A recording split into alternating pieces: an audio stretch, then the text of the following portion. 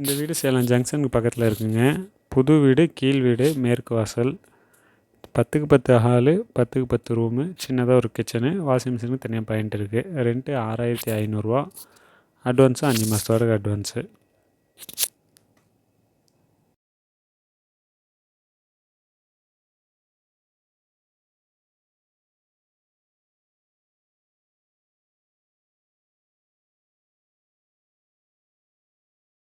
கடவுளோட எல்லா ஆத்மாக்களும் ஆத்மாவாக ஒளிப்புள்ளியாக இருக்கிறாங்க. ஃபர்ஸ்டா ஒரு 9 லட்சம் ஆத்மாக்கள் தான் இந்த பூமிக்கு இறங்கி வராங்க. எல்லாரும் பெற மாட்டாங்க.